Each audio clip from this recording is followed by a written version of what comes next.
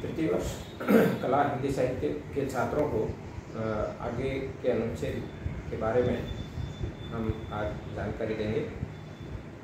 महाभारत काल के बाद भारत में जो सामाजिक परिवर्तन हुए उसकी दशा और उसकी परिछाया साहित्य में बहुत कुछ परिवर्तन को लेकर उपस्थित हुई है।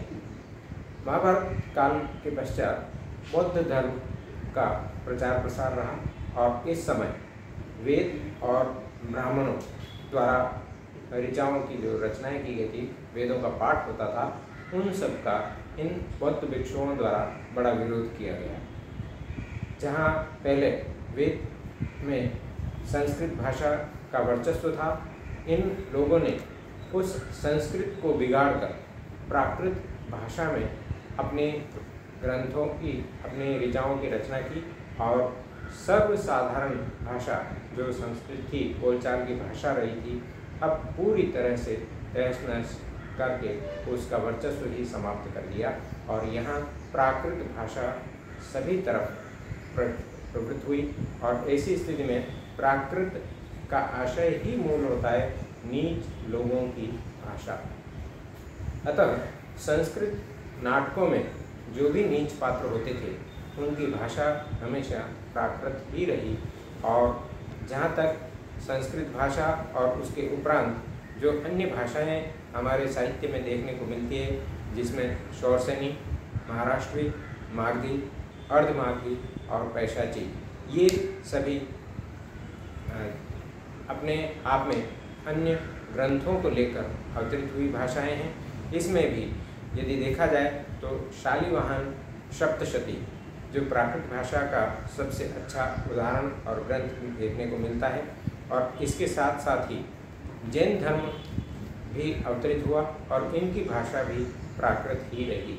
इनके स्तोत्र सभी प्राकृत भाषा में हैं और ऐसी स्थिति में प्राकृत भाषा वेद भाषा के समान समझी जाने लगी है और वह साहित्य में सबसे ज़्यादा अपने अहम भूमिका निभा चुकी है।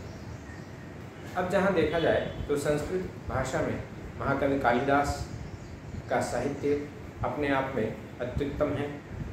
अन्य सभी उक्तियों के आधार पर देखें तो अन्य साहित्य रूखा साहित्य प्रतीत होता है, परंतु कालिदास की एक एक उपमाएँ भवभूति, भारवी, श्रीहर्ष और बाण, इनके द्वारा जितनी भी ऋचाएँ लिखी गई है, वेदों में इनकी उम्दा से उम्दा सूक्त देखने को मिलते हैं।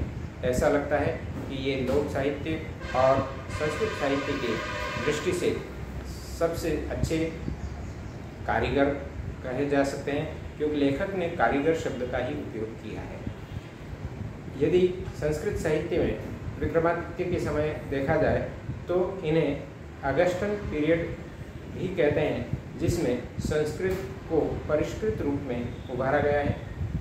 अन्य कवियों में भारवी, माघ, मयूर प्रभृति जैसे अन्य कवि, धाराधिपति, भोजराज तक भी इस साहित्य की सृजना में अपनी अहम भूमिका निभा चुके हैं। इसी क्रम में पंडित राज जगन्नाथ ये भी अपनी भूमिका निभा चुके हैं और साहित्य की सृजना कर चुके हैं। ऐसी स्थिति में देखा जाए तो केवल मात्र वेद पाठ जो मौखिक रहता था वह छांदस्य रूप में आने लगा और अन्य रूपों में साहित्य में देखने को मिलता है। अब जब देखा जाए तो बौद्धों की सीमा या बौद्धों का समय लगभग एक प्रकार से साहित्य में अपनी उन विरासत को तहस नहस करने के लिए प्रमुखता लिए हुए था। जहाँ देखें तो बहुत कुछ रीति नीतियाँ, रस्में और बहुत कुछ ऋचाएँ, उन सभी को घिनौने रूप में प्रस्तुत करने के लिए भी यह प्राकृत कार्य करने के लिए तत्पर हुई। वेद बौद्ध साहित्य को देखें तो पूर्ण रूप से ब्राह्मण विरोधी साहित्य रहा है। अब जब ब्राह्मण विरोधी साहित्य रहा तो ऐसी स्थिति में धर्म कांड और अन्य कर्म कांडों में जहाँ जहाँ भी बलि की प्रथाएं थी तो वे सभी इस बौद्ध साहित्य के द्वारा उन्हें पूर्ण रूप से समाप्त करने के लिए तत्पर हुए हैं। चाहे वह अन्य कितने ही देवी देवताओं के पूजन में बलि का इसमें प्रचार प्रसार करे हुए हों, जो पुराणों में देखने को मिलता है, उन सूक्तों में भी देखने को मिलता है, परंतु इस घिनौनी प्रवृत्ति को हटाने के लिए मध्यमांस प्रहार और प्रचार प्रसार को तमोगुणी साबित करते हुए बौद्धों ने उसे पूर्ण रूप से तांत्रिक कह दिया और उसका उन्होंने पूरा विरोध किया। ऐसी स्थिति में देखा जाए तो जितनी भी तंत्र विद्या थी उसको पूर्णतः हिंदुस्तान से हटाने के लिए भी बौद्धों ने कार्य किया, क्योंकि उन्होंने ये मान लिया कि ब्राह्मणों द्वारा तंत्र विद्या हिंदुस्तान को डुबो देगी। ऐसी स्थिति में जितनी भी तंत्र विद्या और उससे संबंधित साहित्य था वह समाप्त हो चुका था।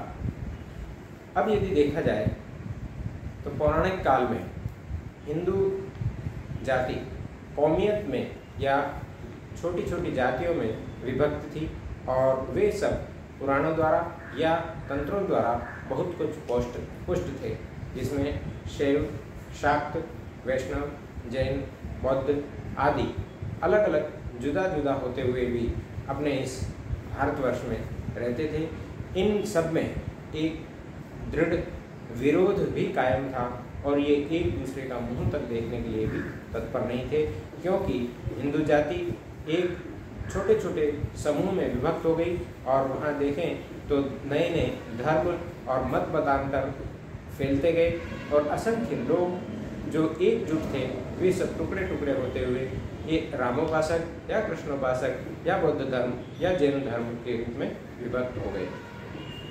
अब हमारा जो साहित्य संपूर्ण साहित्य था वह भी दो रूपों में दिखाई देता है, जहाँ एक ओर पद्मावत है तो दूसरी ओर पृथ्वीराज रायसा।